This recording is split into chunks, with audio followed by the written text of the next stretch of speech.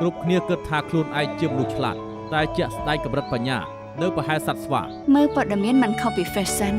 កំណត់បុរាណរហូតមិនបានពេលខ្លះត្រូវបើកឲ្យទូលាយឲ្យមានអារម្មណ៍ប្លែកថ្មី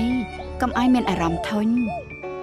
គ្រឿងយន្តទៅស្រួលណាស់គ្រាន់តែដោះដូចជុលទៅនឹងដឹងភ្លាមថាវាខូចត្រង់ណាមានបញ្ហាយ៉ាងម៉េចតែមនុស្សមិនដូចគ្នាទេទោះបីជាដោះដូចជុលក្បាលនាងក៏មិនដឹងថានាងគិតអីដែរចិត្តមនុស្សពិបាកស្មានណាស់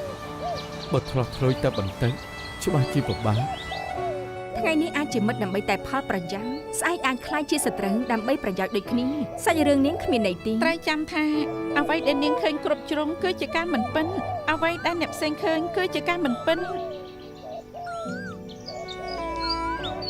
នាងឆ្លាតមានកម្រិតកំប្រើខួរក្បាលច្រើនពេកបែកបាក់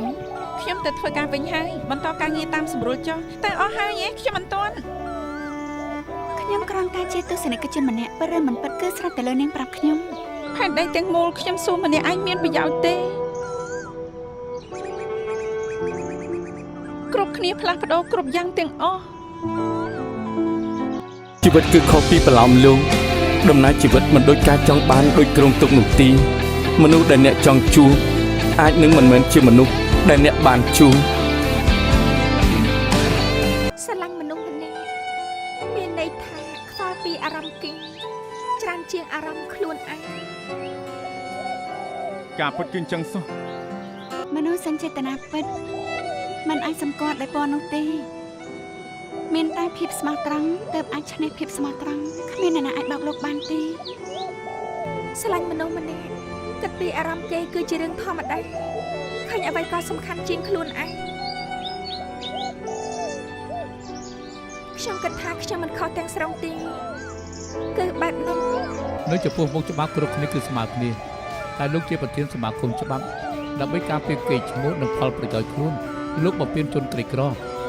លោកកំពុងជន់ឈ្លីស្មារតីច្បាប់ហើយនេះជាការប្រមាថដល់វិជ្ជាជីវៈច្បាប់លោកគ្មានសិទ្ធិតំណាងឲ្យពួកយើងទេក្រៅពីខ្លួនឯងសុទ្ធតែជាអ្នកដទៃទោះមានមនោសញ្ចេតនាយ៉ាងណា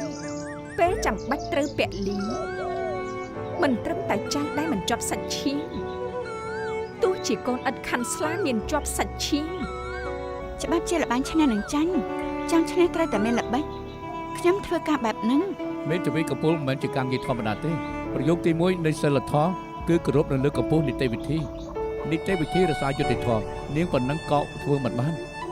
ធ្វើជាមេធាវីថ្ងៃក្រោយយ៉ាងម៉េចទៅក្នុងនាមជាពេទ្យមិនថានៅទីណាខ្ញុំក៏មិនភ្លេចការតាំងចិត្តការពារគ្រប់ជីវិតបង្កើតផ្កាភ្លើងតូចៗឲ្យមានពន្លឺគ្រប់ក្តីសង្ឃឹមយុត្តិធម៌អាចនឹងយឺតបន្តិចតែมันអាចគ្មានឡើយយុត្តិធម៌ត្រូវពជាពេលមិនមែនយុត្តិធម៌ទេជីវិតជាការសន្សំពេលវេលាបើចំណាយពេលចាំស្មើនឹងខ្ជិលខ្ជាយជីវិតខ្ញុំចង់រក្សាជីវិតបន្តពីនេះឲ្យបានល្អគ្រូពេទ្យម្នាក់អាចមានពេលសាកសួរប្រវត្តិ2នាទីជួបអ្នកជំងឺ3នាទីចុងក្រោយប្រើពេលត្រឹម1នាទីសរុបលទ្ធផលរួចហើយក៏ហៅអ្នកបន្តក្នុងស្ថានភាពរងសម្ពាធបែបនេះយូរទៅអាចនឹងធ្វើឲ្យពួកយើងមើលរំលងអ្វីម្យ៉ាងទៅបាត់ពិសោធន៍ព្យាបាលអ្នកជំងឺនិងថែទាំអារម្មណ៍អ្នកជំងឺបើនិយាយឲ្យស្រួលស្ដាប់ទៅ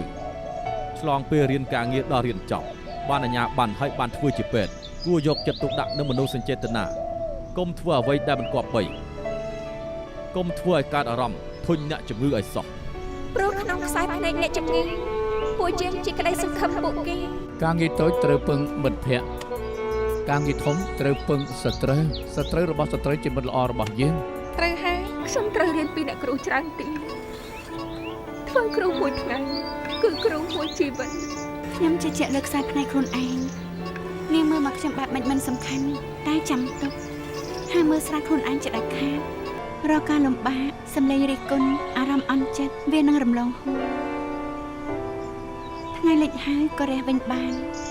គ្មានអ្វីឈានរំលងមិនបានមានតែផ្លូវចិត្តប៉ុណ្ណោះមនុស្សចម្លែកខ្លាំងណាស់ចូលចិនបោកខ្លួនឯងបំផុតក្នុងដំណាក់កាលស្លាប់រស់ទោះជាមាត់មិនទទួលស្គាល់តែរាងកាយស្មោះត្រង់ជាងគេ